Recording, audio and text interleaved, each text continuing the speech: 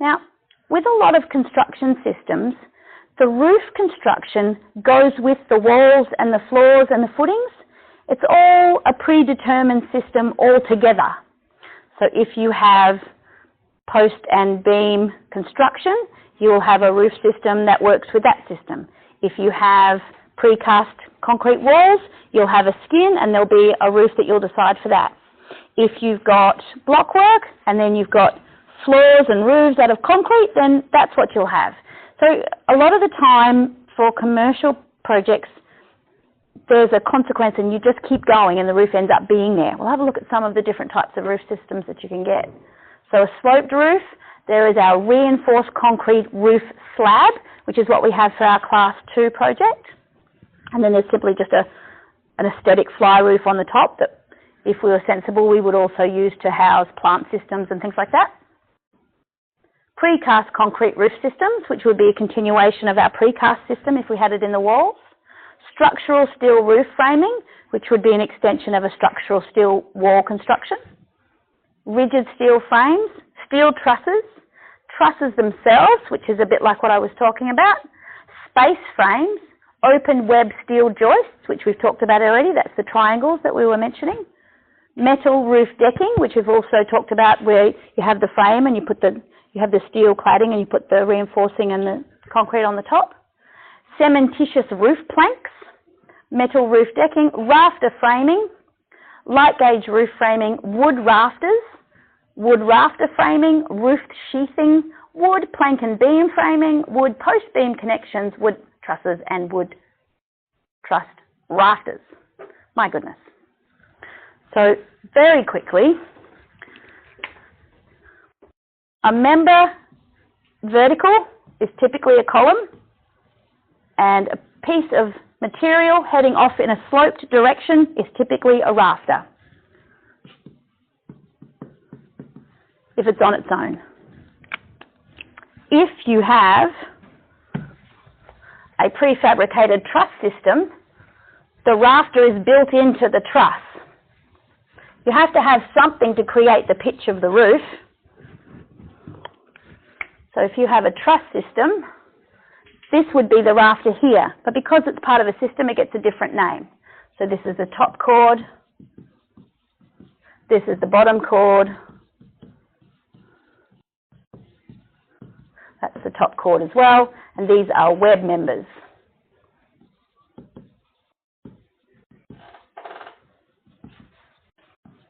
So even though this does the same work as a rafter, we don't call it a rafter because it's a part of a system, whereas this one is doing that job. We don't call it a truss because it's not a system, it's just a single piece, so we call it a rafter. And then to create somewhere for the roof sheeting to go, we have to have perpendicular members that go the other way. They're often closer spaced for the fixing of that sheeting, and they're typically called purlins. But in residential constructions, they might just be called battens, if they're smaller and closer together.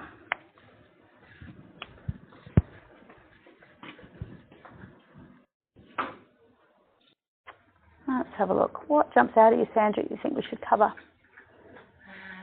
We probably do the, yep. I was thinking what you're thinking. I'm just going to jump straight to reinforced concrete roof slabs. It's going to look very much like a floor, but it'll be on top of the building. And it doesn't mean that you can't walk on them, but they're not typically considered trafficable, and then they become a floor if that's the case. So that's about the use, and the engineer might have different specifications for the slab if it's to be used as a trafficable space. So if you've got a fancy apartment complex and there's a big entertainment area up there, and a pool and a bar and shade sails and chairs and people and what have you, obviously safety issues kick in, so the NCC's rules all apply because it's a habitable space, and then you've got a different construction system entirely. This roof's not necessarily holding all that. It might have some maintenance people occasionally, it might have some equipment and things stored, it might have storage of water for fire use, access to quick ready gravity fed water, but that's not always the case in a CBD where water is readily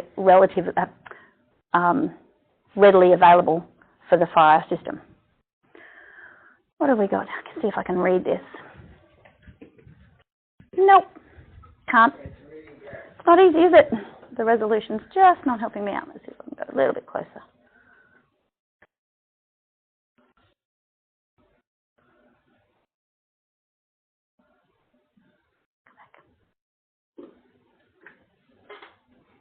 Reinforced concrete roof slabs are formed and site cast in the same manner as the concrete floor systems illustrated previously.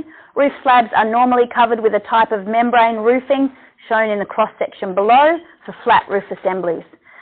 We do have water, so we still need to deal with that. Even though it might be concrete, we don't want the water to sit there for too long. It needs to run off, so we might have drainage built in, or we might have a fall. We might have drainage at the end. We might fall towards it in the centre. Either way, it has to be protected.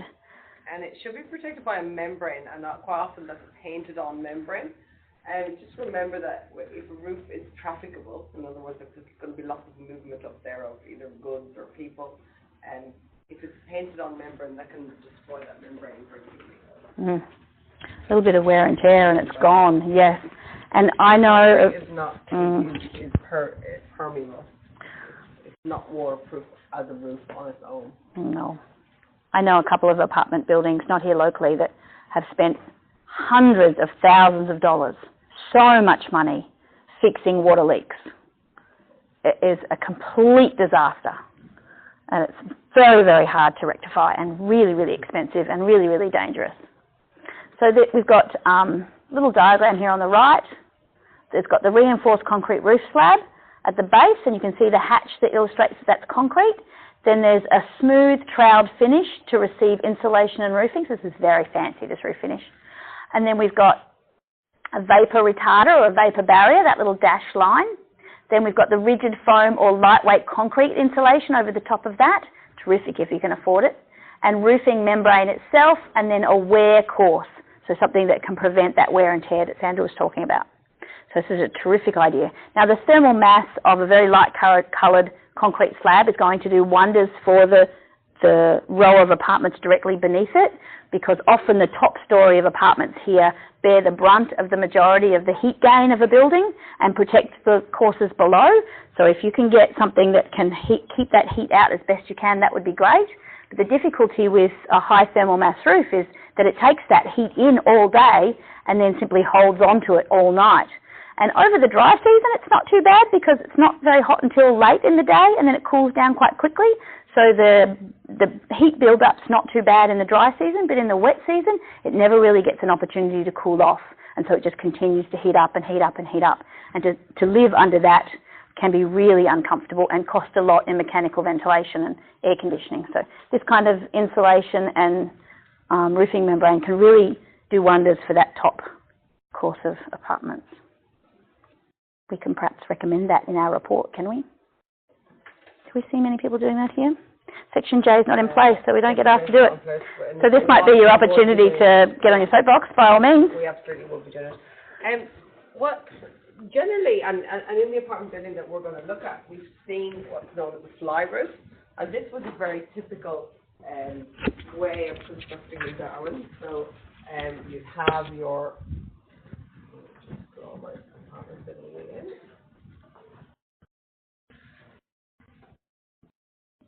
Your layers and your floors of your apartment building, and then you get up to the top, and we're just going to make a concrete roof. Very simple terms. There's some sort of an overhang on it. So we're concrete in here. What the theory is in tropical design to avoid the heat and the build-up of heat in the thermal mass of the actual concrete, we would often just build a very lightweight, low roof in metal. So you're going from your concrete construction here in the black to some sort of a post and beam construction for the roof, and then just a metal deck on that. That's a fly roof. What that's doing is the purpose of this as the roof is not waterproofing. The waterproofing is all happening here at the concrete. What this fly roof is doing is shading the concrete roof below, so that the sun isn't shining on it and the heat build-up is not happening within the concrete here. Because once the heat builds up in the concrete here, it re-radiates internally into that top floor of the apartment. So this is an alternative detail. I would see this very commonly overseas. I have to say it's not very commonly used in Darwin. As we said, that we don't have the regulations for commercial buildings that probably should be in place. The Section J of the NCC is not in place in the Northern Territory. If it was, we would have an R value that we looked at the other day for the roof construction, and concrete on its own would not give you that R value. You would have to be putting some sort of insulation on the top of the roof. Not in place yet, certainly is in place in the other jurisdictions in Australia and overseas. I see this happening all the time. So we typically here do just see the concrete slab on its own without the stand up, and we will paint a membrane on the top. So that's, as I said, once that membrane deteriorates or is damaged in some way, then you've compromised not only you've compromised the thermal effect of the roof already, but you've also compromised the waterproofing of the membrane, which is crucial in a roof. Of course, the roof is there to waterproof it from the elements. Perfect. Terrific. Thank you.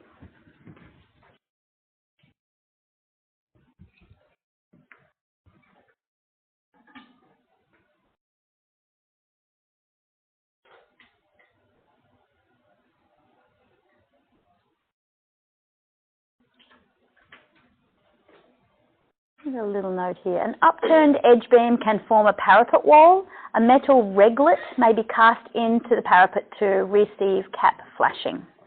So a parapet wall is a protrusion that sticks up.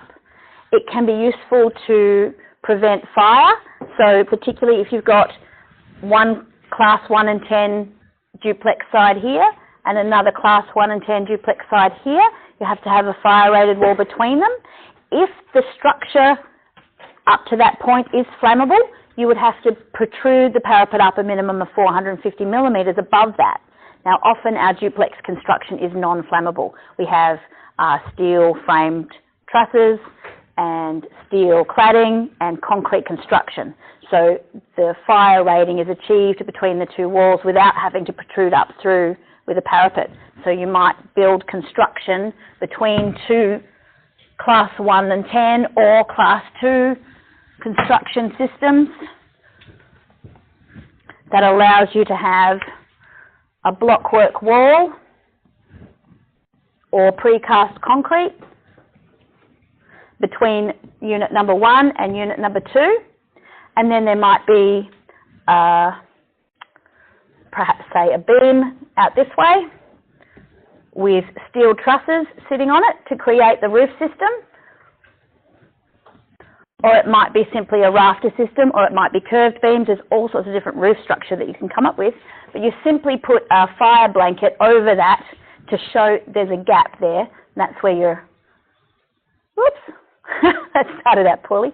But you've got a structure that's supporting your steel cladding. And here, the structure might end adjacent to your wall that goes all the way up, and there might just be a little bit of a gap here. So you fill that with fire blanket to prevent just that little bit of heat getting through. But this is all non-combustible construction. So this wall does not have to protrude up to create a parapet.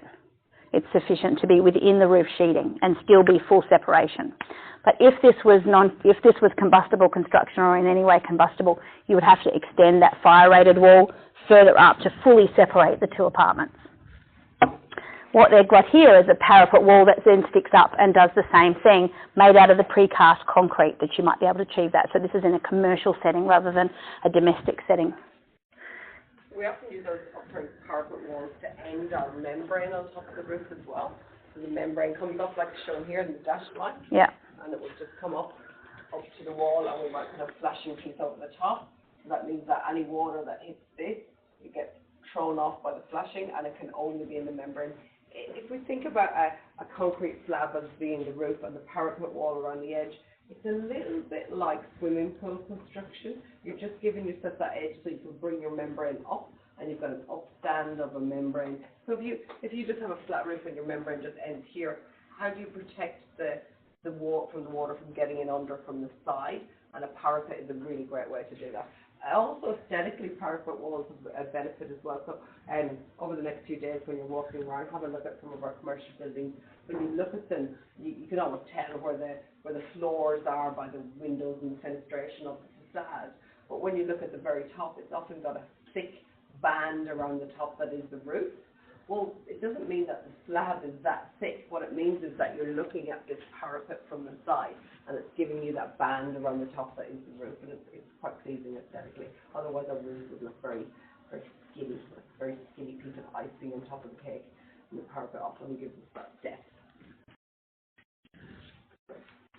Oh, and the other reason why we have a parapet, sorry, one more reason. So, the other thing that happens with a roof slab that doesn't happen with a floor slab is that it slopes. Because we want to have a slope, so we want the water to run off for drainage. And a parapet will allow you to have a thicker piece of slab here, it's not shown here, but a thicker piece of slab on one side of the building that might slope down to something thinner. Perhaps your drainage goes to the centre, perhaps your drainage goes to the rear of the building where you don't have a parapet wall and it runs off to a drainage system there. It also allows you to build in drainage systems here at your membrane level to take the water away. So parapets are really good for that because often the thickness of your slab at roof level will vary depending on how the fall is created for the drainage. This is another good reason. Love them. If you have to create a safety barrier, you can extend that up to the minimum that you need as well.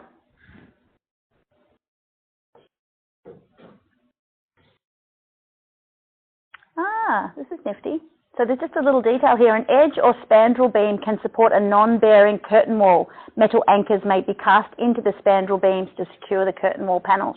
So it's a nifty little detail when we were talking the other day about curtain walls and how they're connected to the structure. Just shows a bit of an idea of how that might work up on the roof. Edge. So if your slab is only like 200 millimeters thick, which is quite typical, or maybe 300, not very much room to be connecting all your curtain wall system to. You often will have a little downturn in the slab like this, which is called spandrel panel. Spandrel beam, sorry. All right. Well, we're still precast. Let's just have a look. Oh, here's a cutaway detail like I was talking about earlier.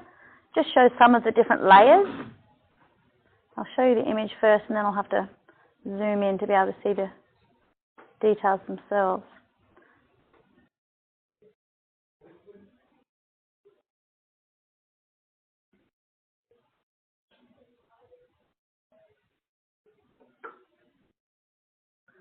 So in section earlier you saw how in the parapet it had a little notch in. That's the beginning of the waterproofing membrane, and Sandra mentioned that you might also have a flashing that goes over it, an apron flashing that comes down. So it's important that water isn't allowed to enter the structural system through capillary action, and we want to make sure that all the systems that we put in place overlap one another sufficiently that the water stays on the outside of everything. So the parapet itself, and then the slab, and we had this little notch in. That was the membrane that allowed for the water to stay away from the structure itself. But what about this area here? So you might have a piece that goes up and over and down and then overlaps so that any water hitting this area is encouraged to go this way. And then it can just run down the outside of the building and this would be sealed up, depending on what construction was happening down here. The parapet flashing and then the roof, and you can see that parapet flashing here is notched in. So what they don't have is the apron flashing, which is a bit unusual. Roofing membrane over rigid insulation. So then that's over the top there. And then site cast concrete topping underneath that with welded wire fabric or reinforcing bars bonded to the precast slabs to form a composite structural unit.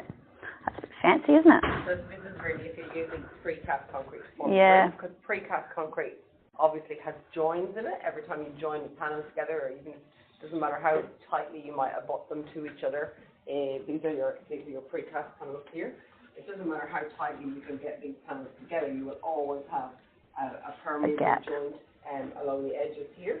So what this is saying is that you cast a concrete topping here above that, and that topping joins those panels together.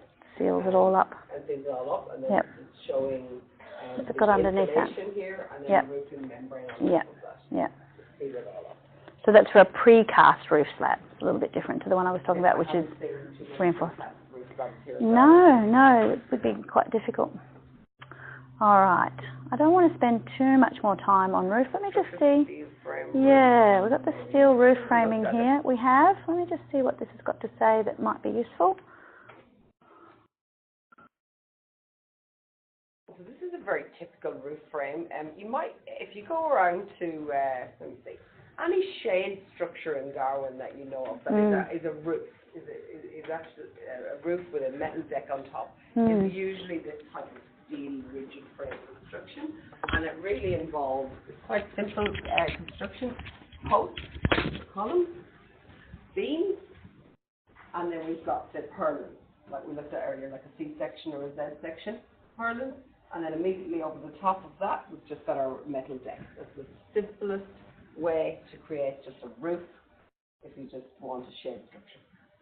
But we also use this structural system for buildings all the time. But it's a very, very simple one. It's different. It differs from the portal frame. It's not a portal frame. Portal frames are very engineered and they're very precise in the way they are all connected together. This isn't quite as complex as that. They're just fairly standard size members here for the posts and beams. This is a rigid connection, of course. Could be bolted, could be welded together. Quite often we see them bolted together, and then just the purlins on the top. I actually know whether the structure like this, but yeah, right. And you can see there's a wall for the end of this purlin to rest on, or if that's not available, then you can create a horizontal member here for that to plug to as a weld or bolt connection as well. So we might find that that might be the way we roof our office for AT3. So make a mental note of that. We'll have block work here, our wall, so our column and beam will be block work, but perhaps we'll use this kind of purlin back to a beam that will run along the face of the portal frame to create roofing above our mezzanine floor. So we might have blockwork walls, slab on ground concrete, a suspended slab built for the mezzanine floor in situ, so we use formwork and pour it in place. But the inside between the office and the warehouse will be a skin from the portal frame. So we'll need to create a cladding there and then perhaps roof up to that from the office.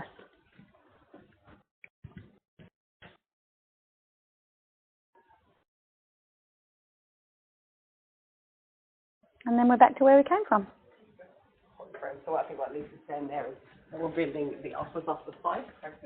No, just at the front here. At the front on here. this end. So we'll need to create some connections here. The office is not quite as tall as the portal frame, if I'm not mistaken. So we might have to roof up to this section here, which will require some structure across here for those purlins to go to.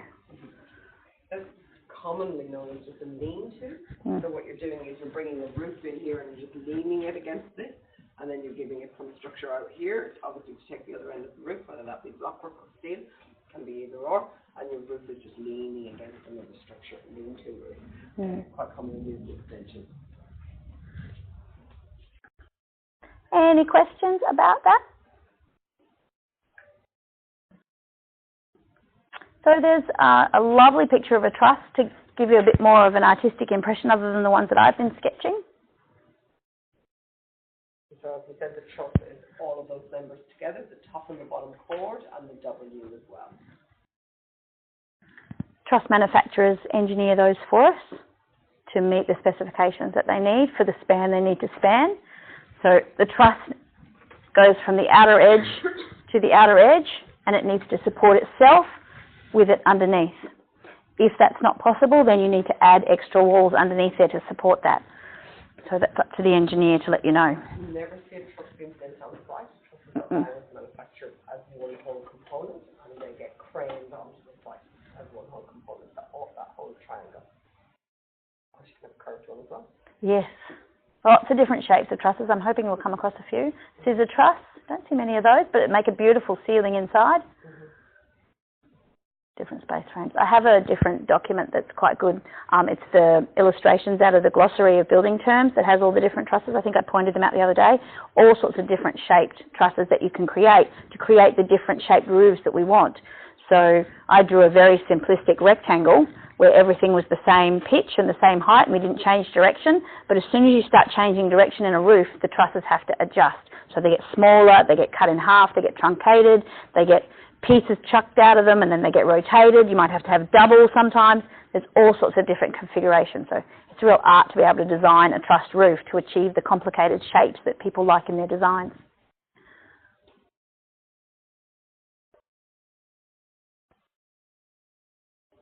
I think we might be able to stop there. What do you think? I think that's more than enough to be going on with. Yep. Now, let me just see how long that recording went for. Yeah, it's not very long, so I might just keep going. So there's a little bit of extra chapters worth noting in this book. Because obviously foundation, floors, walls and roofs are not the only parts of buildings. We have doors and windows and stairs and chimneys and atriums and swimming pools and thermal performance and vapour barriers. There's a whole bunch of stuff in this document about all sorts of different chapters. Just having a bit of a look here. Thermal and moisture protection, doors and windows, special construction. What do they consider special construction? Let's have a bit of a look. Stairs are bonded in there. Yep, so special construction, stairs and requirements, stair plans, wooden stairs, concrete stairs, steel stairs, spiral stairs, ladders, elevators, escalators, fireplaces, fireplace requirements and chimneys. Prefabricated fireplaces, kitchen layouts, kitchen dimensions, cabinetry, bathrooms, excellent. Concrete stairs, let's have a bit of a look and see what they look like. Most apartment buildings in Darwin would consist in part of concrete stairs. Yep. This is an excellent image just to show how that would look. Sandra sketched the other day how the nosing is created with the steps themselves, and then the structure is supported by a stringer. This creates what's called a stringer in the stairs. In concrete, it's all formed in place. For steel, you might have an independent piece of steel coming down this way and the similar on the other side. They're both stringers. You can have a single one in the middle that supports the stair treads, but this is all formed in one piece, and then you've got the stairs, the risers and goings, and the stringer all moulded together up to the landing and then connected to the wall. So reinforcing is all connected together and then down into the floor where it ejects out. So the reinforcing is all together. You'll often buy your concrete stairs as a precast concrete stair, but then it will come in as one piece and get craned onto the site, but it absolutely does need to have those connections into the structure. It just doesn't sit there on its own as shown there. You've got all that reinforcing in the stairs, and that needs to be connected in and cast in. You can see that's terrific. There's a couple of rows of reinforcing there. And typically the reinforcing goes across the stairs. You can see these little circles here. That's referred to horizontal. They go along the stairs and then into the wall adjacent. So that it's not just at top and bottom, it's also side to side, the reinforcing. So it travels along the step and then down into the core of the blockwork that it's connected to, or into the concrete that's cast there, or connected into the precast if that's the case.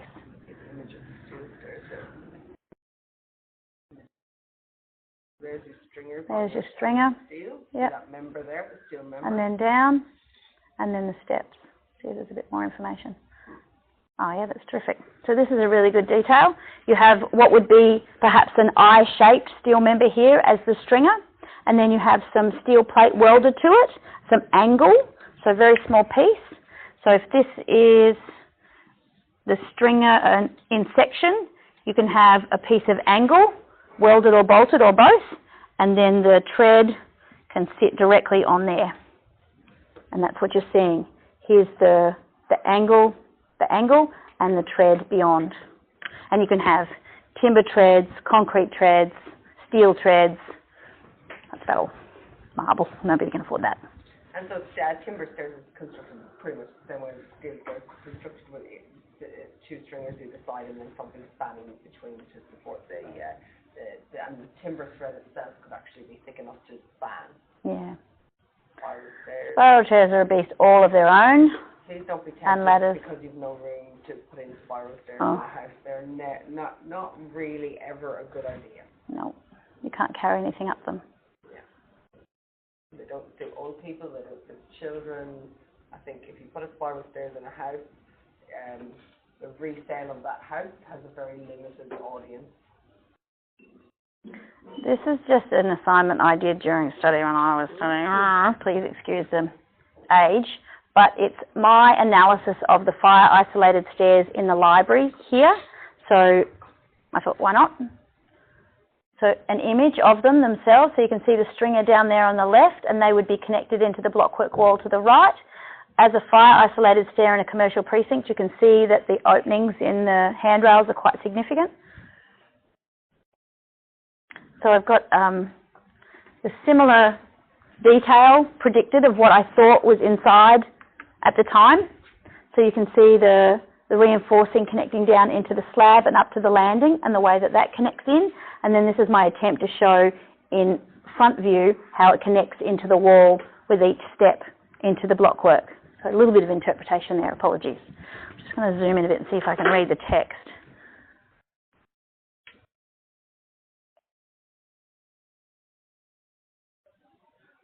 So continuous handrail between the stair flight landings, and just a little bit of detail about the handrail connection, what I predicted the detail might be for the columns for the handrail and the way they might be connected in. So circular hollow section steel, painted balustrade with 50 diameter on 8mm cast-in plates. So I'm predicting that there's a little steel plate in the bottom of that column, which is quite likely. Let's see if there's anything else here worth looking at. Oh yeah. So at the bottom of the stairs, there was quite a bit of lighting and alarm systems to give people directions in the event of a fire. So the way the door opens out from the public area, discharges into open space. Actually, there's now desks and computers just beyond that door, which I think is a bit of a concern.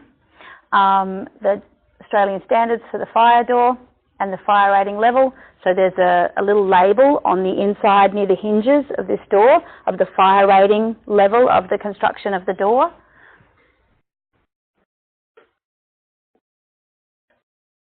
And then it's a single-handed downward action latch with a security for safety. And then it's also about the height of the door handle being comfortable, and then no obstructions. So there's a tactile red sign, and it just says, in event of fire, break glass to sound alarm. So it's a fire alarm right there as well, just in case it's not already been triggered.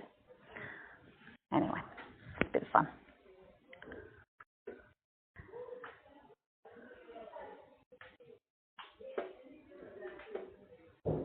Anybody have any questions about the construction systems that we've briefly covered? It's a bit of a run through, quite a few. So in one day we tried to cover all of the construction systems that you could possibly have for all different types of commercial buildings. So it certainly is a bit of a run through, it's a bit of an overview of what you could possibly have.